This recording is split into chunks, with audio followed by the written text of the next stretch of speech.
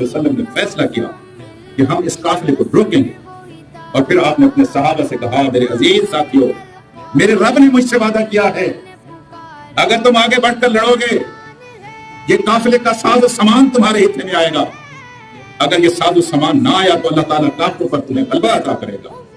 ابو بکر نے بھی رائے دی, عمر نے بھی رائے دی. یہ مکے سے آئے ہوئے مہاجر تھے رسول اللہ صلی اللہ علیہ وسلم کے ساتھ. آپ چپ رہے. اسی اسنا میں ایک آدمی اٹھا جس کا نام سعد بن عبادہ تھا. اس نے کہا ایانا ترید یا رسول اللہ, اے اللہ کے رسول ہم سمجھ رہے ہیں کہ آپ کا ارادہ اور آپ کا اشارہ ہماری طرف ہے.